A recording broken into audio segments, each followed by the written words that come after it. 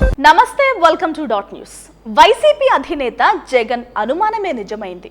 అసెంబ్లీలో ప్రతిపక్షమే లేకుండా చేయాలన్న కూటమి దుర్బుద్ధి మంత్రి పయ్యావుల వ్యాఖ్యలతో బయటపడింది.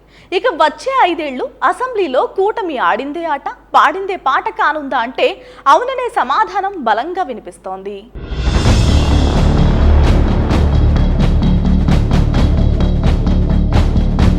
ఈ ఎన్నికల్లో వైసీపీ 11 సీట్లకే పరిమితం కావడంతో ప్రతిపక్ష హోదాను కూడా కోల్పోయింది. దీంతో జగన్ స్పీకర్ అయ్యన్న పాత్రుడికి లేఖ రాస్తూ తనకు ప్రతిపక్ష నేత హోదా ఇవ్వాలంటూ అప్పుడే ప్రజల సమస్యలపై బలంగా తమ గొంతును వినిపించగలుగుతామంటూ కోరారు.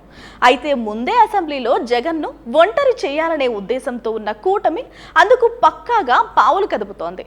ఇప్పటికే అసెంబ్లీలో మంత్రుల తర్వాత జగన్తో ప్రమాణ స్వీకారం చేయించి నిబంధనలను తుంగలో తొక్కిన స్పీకర్తో పాటు మంత్రి పయ్యావుల కేశవ్ తాజాగా వ్యాఖ్యలు చూస్తుంటే జగన్ అనుమానమే నిజమయ్యేటట్లు కనిపిస్తోంది.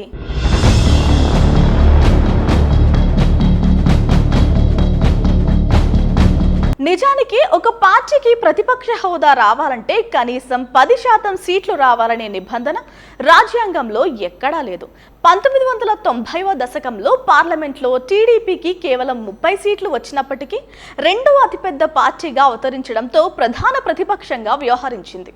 ఇక 2014లో ఢిల్లీలో 70 సీట్లు ఉన్న అసెంబ్లీలో బీజేపీ కేవలం 3 సీట్లకే పరిమితం అయినప్పటికీ ప్రతిపక్ష హోదాను దక్కించుకుంది.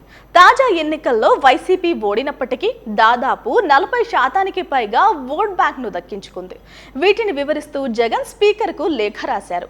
కానీ జగన్ కు ప్రతిపక్ష హోదా దక్కడం దాదాపు అసాధ్యం అంటున్నారు పలువురు విశ్లేషకులు. 2014లో దాదాపు 60కు పైనే సీట్లు దక్కించుకున్నప్పటికీ వైసీపీని అసెంబ్లీలో నోరెత్తనీయలేదు. ఇప్పుడు మళ్ళీ అవే పరిస్థితులు రావడంతో ఈ 5 ఏళ్లు అసెంబ్లీలో కూటమి ఏకపక్ష నిర్ణయాలు ఖాయమనే వాదన బలంగా వినిపిస్తోంది.